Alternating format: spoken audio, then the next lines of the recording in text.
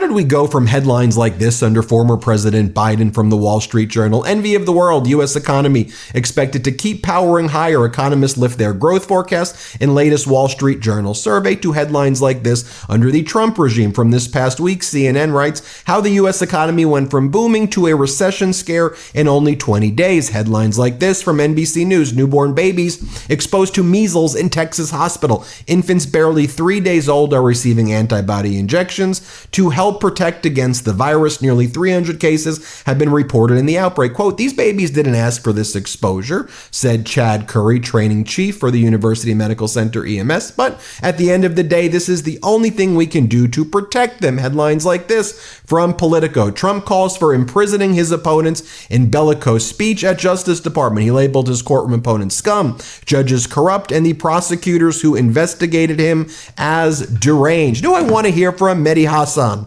That's who I want to hear from, but I want to hear from him in Alien for Me. Alien for Me. What am I talking about? The Alien Super Show. It's my favorite show on the MeidasTouch network, and they're able to capture the insanity of the Trump regime. Let me play you this clip where Mehdi and the cast talk about Elon Musk just wanting to be loved, but being the most despised person in the country, if not the world. Let's play it. I'm just telling people, this man is a great patriot. He uses the word care. People don't care. Let the boy cut your Social Security. And you should cherish him. Cherish me. Cherish me. Leave Elon alone. Guy who's trying so hard to be liked and popular and cool, wants to be at the cool kids table, didn't get it at the Democratic Party, now gets it with Bannon and Kirk and Trump. Lucky him. As for Donald Trump, I'm cursed with a memory. Trump put out a post saying, Musk came to the Oval Office. If I'd asked him to get on his knees, he'd have gone on his knees. Oh my God. Or this clip right here where they analyze Rick Scott lying. Let's play it. They're going to do the best they can, and if they make a mistake, they will fix their mistake. You're a liar, because they said $50 million of condoms went to Gaza. Donald Trump has never apologized or fixed that mistake. So no, don't give me this bullshit that we correct stuff and we're transparent. Now let's play for you the full Alien Super Show featuring Mehdi Hasan. Here it is. You're going to want to watch the whole thing. Let's play it. We need to get somebody on the landline who understands this media hellscape. Zotox, don't you know someone on Zateo? Oh yeah, the planet with the most reputable journalists. Oh, come on. Just because my name starts with Z and the planet starts with Z, that I know everyone there, that's so racist. But no, I actually do know Mehdi Hasan, who's the ruler of Zateo. Yeah, we can bring him in. Mehdi, what's going on? How you doing? Well, I've been speaking over Piers Morgan and Dan Crenshaw an hour ago. So I've got that all out of my system. I'm very calm now. There was a lot of shouting before. I would say getting into a fight with Dan Crenshaw and Piers Morgan is the, number 9 million on my list of things I want to do. I didn't want to do it either. Piers was supposed to be neutral, but came 2 against 1 very quickly. Well, we're all big fans of Planet Zateo. It's also a planet that has its name on every room, so that's really so you don't forget where you are. And everyone has to wear the name of the planet too. I'm very patriotic. Yeah, he has 100% approval rating on Zateo. Benevolent dictator is the way we run society in Zateo. We're experiencing some technical difficulties with our landline. Gleep, emergency alienate Mehdi Hasan onto our ship. Emergency alienating. Welcome aboard. Hello. We learned after President Trump, and look, we disagree on this, but President Trump won the 2020 election, and we were kind of shattered. No pushback. As a movement, and kind of rebuild ourselves from there. Well, and I appreciate the notion of agency, that we're not bystanders in the world. It's decisions, not conditions. Stop doing that. Determine our fate and future. They did steal, according to us, and we're firm believers, of the 2020 election. He said it twice. It's got to be true. Did he not push back even on either time? No, you see, it's a podcast. It's not a journalist. It's Last year, I foolishly thought Newsom was an interesting character, despite all of his failures in California and COVID, etc. He was picking a fight with the Republican. Yeah. He was aggressive.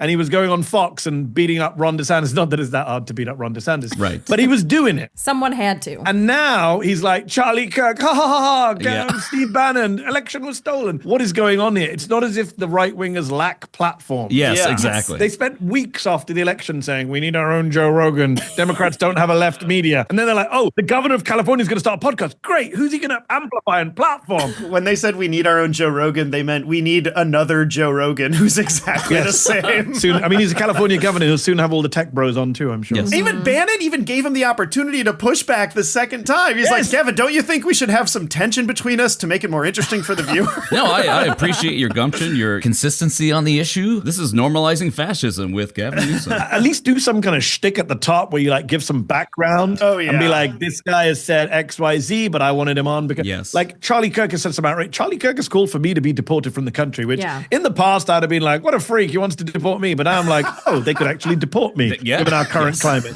So this is the kind of stuff that's horrible. But this is the problem, of course, with centrist Democrats who tend to be white men, which is they don't, they can have this conversation, right? Yes. Even if I wanted to have this conversation with Steve Bannon, I couldn't. The tension would be there because he doesn't like Islam and Muslims and brown people and immigrants, et cetera, et cetera. Like similarly with Charlie Kirk. For Gavin Newsom, it's like, hey, it's a white guy who's a conservative and I'm a white guy who's a liberal. Slick back hair like me, I can rock with this. We can disagree on the politics and all go get a drink. Let's be honest, most centrists and Democratic Party do want to go back to a time where they could all just hang out in the Senate gym together and go to party together and you didn't have to say stuff. The other party's a threat to democracy. They don't like that. They like the good old days when both parties were just all friends. For the second week, the governor has hosted conservative firebrands on his firebrands. That's what they are. Imagine calling Steve Bannon a firebrand. Fascist is fewer letters. Right. There's not even the argument that it's saving them time and space. You are making a damn dent. Thank you. I'm kidding. But I know, but I appreciate that, and I appreciate your advocacy. I also appreciate that you call balls and strikes. What?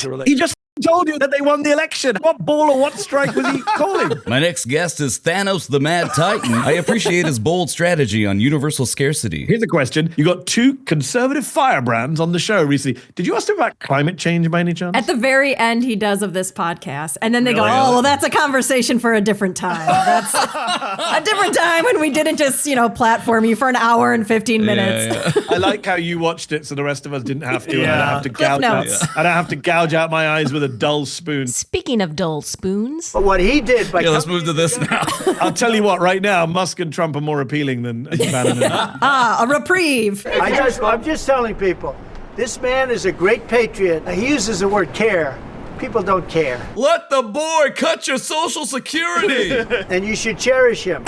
Cherish me. Cherish me. Leave Elon alone. Guy who's trying so hard to be liked and popular and cool, wants to be at the cool kids table, didn't get it at the Democratic Party, now gets it with Bannon and Kirk and Trump. Lucky him. As for Donald Trump, I'm cursed with a memory. Trump put out a post saying, Musk came to the Oval Office. If I'd asked him to get on his knees, he'd have gone on his knees. Oh my God. Mr. President talks about some of the violence that's been going on around the country at dealerships. Some say they should be labeled domestic terrorists. I will do that. Some say. I'm going to stop them. Was that Marjorie Taylor Greene's boyfriend asking that question? Yeah, I was just going to say, thanks for that planted question. You got a lot of cameras up. We already know who some of them are. We're going to catch them. It's about time the surveillance state was weaponized to protect people from keen cars. That's great. Good to hear. Are you confident that the way that these cuts have been taking place have been strategic? I'm a business guy. Jake, you do your best you can every day. I'm a terrible business guy. Elon Musk is looking for fraud in Medicare, and I'm the Medicare fraud guy. In what ways is that person not the most qualified person to talk about this? He's so qualified. Musk should call him right now, and Rick Scott will explain to him exactly how people defraud Medicare. No one's perfect.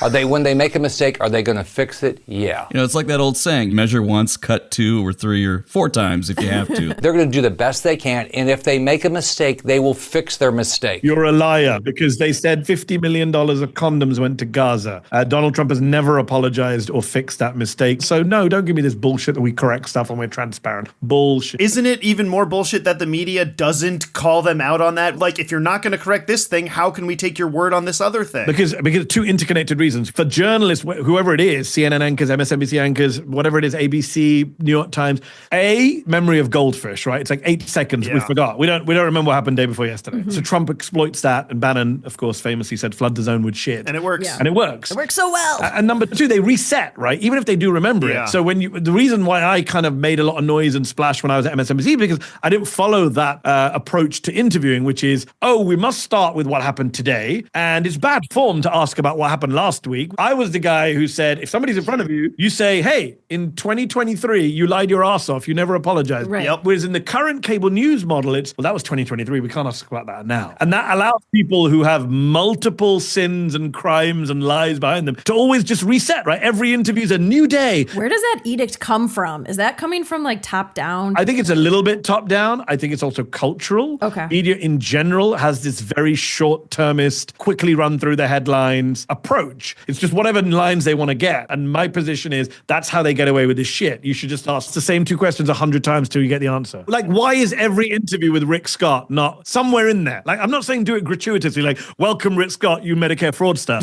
Yeah. That sounds good to me. I'm saying, like, when he goes, I'm a businessman, Jake goes, you are a businessman, but you know, there was some Medicare fraud. Yes. There's also a lot of examples that we could show of people like Jake Tapper in media saying Elon Musk is trying to cut fraud, waste, and abuse. Look, we all want government efficiency. We all want to get rid of waste, fraud, and abuse. And then saying, look, everyone agrees that we want to cut abuse. And it's like, you're buying into that framing as a default. You are absolutely spot on. The framing is killing me. And again, if this was 2016, 17, fine. When you're 10 years into the Trump era, if you're still buying Trump framing, that's insane. It's like, oh, he's trying to get peace in Ukraine. But everything we know, Donald Trump says that he doesn't give a shit about human life. So of course he's not trying to get peace. He's trying to win himself a Nobel Prize or impress Vladimir Putin. The US media accepts as a kind of rule that if a political party or a politician says that we are doing this for X reasons, you must repeat that. You can't be skeptical. You can't say, well, call bullshit on that. Doge, instead of saying this is a ridiculous meme for a ridiculous department from a ridiculous person which is doing ridiculous things, it is framed in the context of, well, you know, they're trying to cut waste and maybe they failed to meet their goal. What are Democrats doing on the waste front? And that's how the Republicans win, right? They get the tails wagging.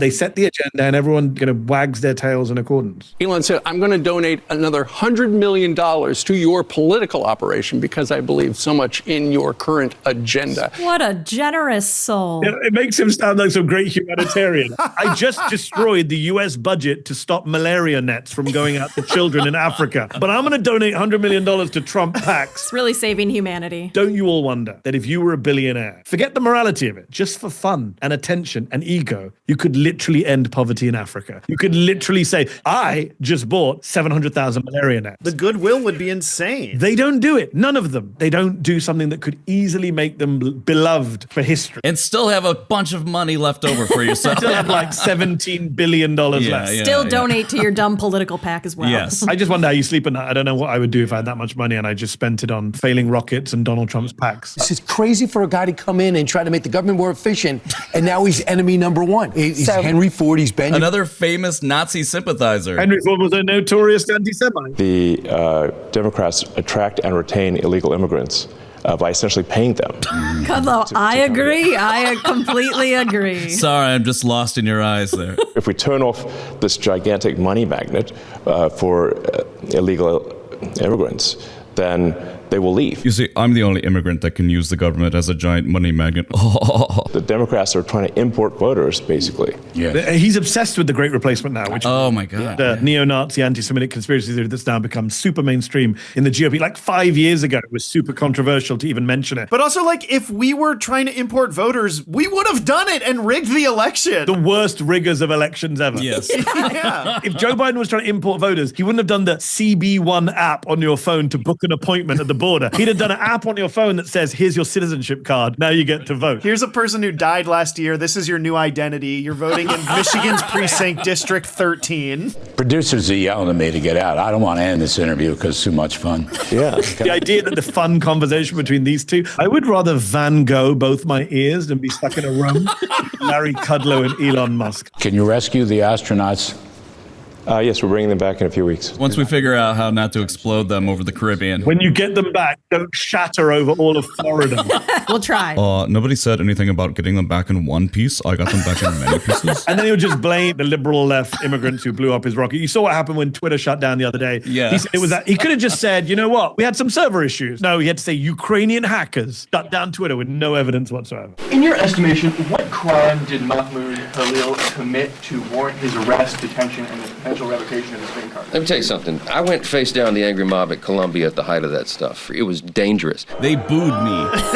By the way, the angry mob, Mike Johnson was in the Capitol, I'm assuming, on January 6, 2021. All of those people have since been pardoned. The way that the Democrats responded to this is obviously humiliating. To be fair, some Democrats have been very strong. In response to the Mahmoud Khalil detention, Chris Murphy did a very good viral video on Twitter explaining why it's so wrong. I had Congressman Jim Himes, who's a moderate from Connecticut, who came on my show and said, this is what fascism and totalitarianism looks like. Yeah. Dick Durbin, a man I never thought would take a controversial stand on anything. Senate Judiciary Democrats put out free Mahmoud Khalil. I almost fell over. I saw that tweet. I was like, was Dick Durbin asleep when they wrote that tweet? But look, I am critical of some progressive activists. You can't just dump on them all the time. When they do something good, you also have to uplift them and praise them. Otherwise, they won't do it. Yeah, they're children. They need positive reinforcement as much as negative reinforcement. They are politicians. What Trump was doing for Elon, we have to do that for these, Yes, exactly. these politicians. We got to cherish them, all right? We need to show them care. Gold star, Durbin. This guy apparently was a mastermind of those very things when the gnashing of teeth and the ripping of clothes and the people gnashing of teeth. The ripping of clothes. People screaming at me,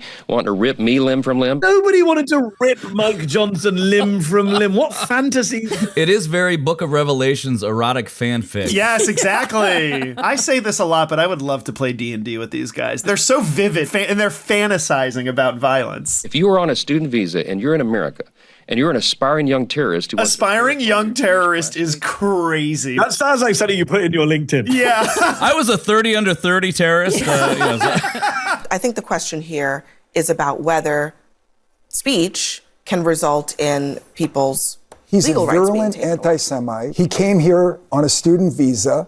He's paid by a terrorist organization that beheads babies. Wait. I have evidence. So I'm sorry, just to be clear. So this guy in the green tie, an executive from Nassau County, is considered an expert on this show? He's a paid protester. By who? Well, I didn't ask my intelligence division exactly who paid for him. But Hold on. Nassau County has an intelligence division? What a reveal. That's the real story. And I do not follow up on their unsubstantiated claims. It's my son on his phone. It's my son on Twitter. It's the TikTok feed at the country club. He's being That's paid. a pretty explosive allegation. Thank God you're saying it on my show. Yeah. Is your lav on? Could you speak directly into Could you say that again? We're going to need that clean so that when we air it later and clip it, there's no crosstalk. Are you okay with what he's doing? I'm not alleging he's being paid by because I don't know. Are you okay? Mehdi, you've been on shows like this. I've literally been on that show where a man said, I hope my beeper doesn't go off. What is a good episode of this show? Like, what is a successful night for these people? I mean, interestingly, though, whether we like it or not, this show does well for CNN, so you got to ask the American public. But yeah, this is the problem that all cable networks have that are not Fox that want to report on Trump, right? You want to get someone on to defend Trump. Yeah. They're all nuts. He's being paid by organizations that are anti-American, that are engaged in nefarious activities. I don't ask my intelligence division to give me. I don't ask for intelligence from my intelligence. I get fed disinformation to spread propaganda, okay? Did they tell you to wear that green tie? Is the intelligence division with us in the room right now? Blink twice. There is no intelligence division of Nassau County. Oh my God. There is. Taxpayers should ask for a refund. I think I'm sensing waste, fraud, and abuse from the Nassau County.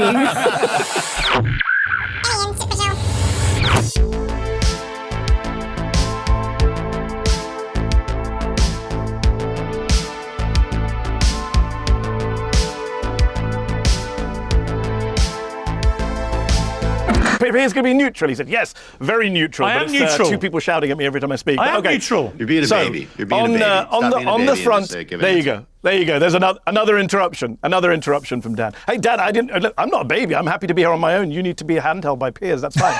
Look, I mean, frankly, I can't believe I'm here doing this. It's kind of bizarre, but